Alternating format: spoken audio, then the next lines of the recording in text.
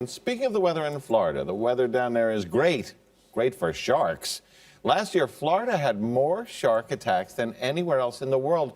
But that didn't stop our friend David Sutter at CBS station WFOR in Miami. He jumped in feet first and did it without a cage. He joins us now from Key Biscayne. Good morning. Good morning, John. I'm happy to report I got all my fingers and limbs. We got uncomfortably close in a series of dives over the past few weeks, and we found it takes a certain kind of person to do this work. His name is Dr. Samuel Gruber.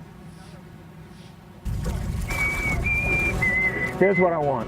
You could call him the shark whisperer. I want you to try to clear that shark.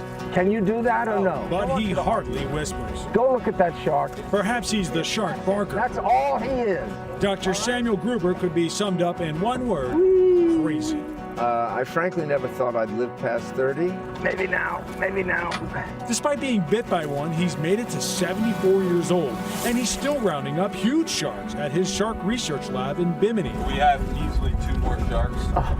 Doc invited us here to see sharks up close. Let's get this guy tagged. And he wasted no time, convincing me I needed to swim with sharks for the first time in my life.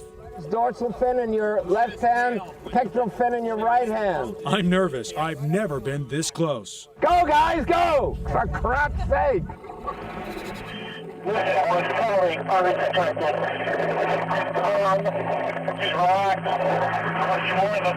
This 11-foot tiger shark is nearly twice my size. She could take a bite out of me any moment.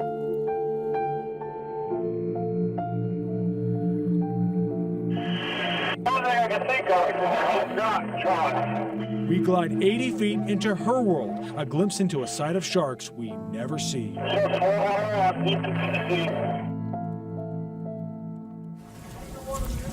Back at the dock, Gruber explains Jaws got it wrong. Sharks are not after us, we are out for them. Here we go. To make his point, he catches the top shark in the ocean, a bull. Let him run, let him run. They're even more of a top predator than like a great white shark. He walks right up and grabs him by the fin. There, look those nice fins, boy. The Chinese are gonna go wild over those things. Asian demand for shark fin soup is encouraging fishermen to hunt these bigger sharks for their bigger fins. This winter, Florida officials started to attack the problem, banning the fishing of tiger and hammerhead sharks. Unfortunately, these rules only apply to state waters. Biologists believe it's inadequate because sharks migrate up and down the East Coast based on the seasons. Gruber takes us back underwater to explain why we should be protecting these sharks. Diving with a shark is one thing. Diving into a pack, though, is another. We are not in danger. Actually, these are dangerous sharks. He calms my nerves by petting one. Then he explains sharks keep the ocean in check. If the reef sharks disappear, all of the animals being fed on by the reef sharks will tend to proliferate and explode in their numbers. Something we need for our survival.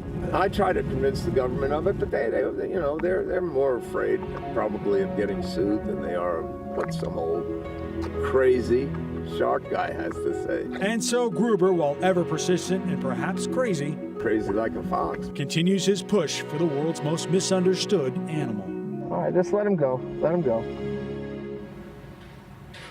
What a wild ride. We can tell you one of the fascinating things about this is they're putting these satellite tags on these sharks to track where they go. And there's an app out there called Expedition White Shark. We looked at it this week, and guess what? The shark that I rode down on is actually in Biscayne Bay right now. And you're following him on the iPhone. You might have nomophobia. Listen, like most TV correspondents, you probably have an agent. So this is actually not your first time dealing with sharks. But I'm still a little confused about the shark attacks being up, but then the law to ban fishing them. Don't those things conflict? They absolutely do. And in the case here, what they're trying to do is show you that the sharks are actually disappearing here in Florida because of the fishing. And while you see great numbers off our shores, still, they're about 10%. Of the experts are saying they're about 10% of what used to be here back in the day. Amazing. David Sutter from our CBS station WFOR in Miami. Thanks.